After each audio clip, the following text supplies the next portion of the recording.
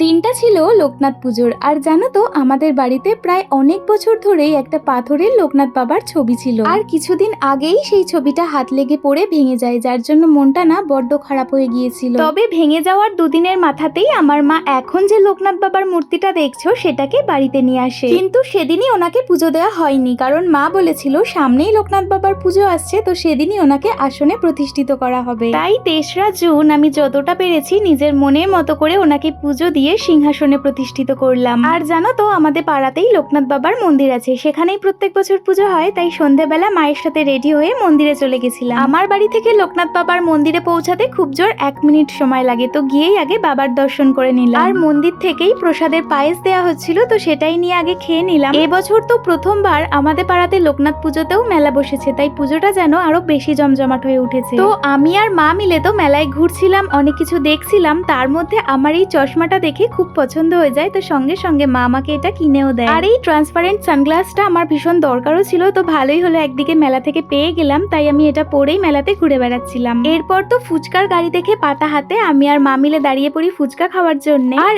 এই গাড়িগুলো তো আমি যেখানেই দেখি আমার এত ভালো লাগে, খালি মনে হয় যদি আমি চাপতে পারতাম, বাট সেই বয়সটা তো আমি অলরেডি পার করে এসেছি। কি আর করা যাবে, মনের দুঃখে আমি বাড়ি ফিরে যাই। চলো দেখা হচ্ছে নেক্সট মিনি ব্লগে, যার জন্য লাইক করে দিও। বাই।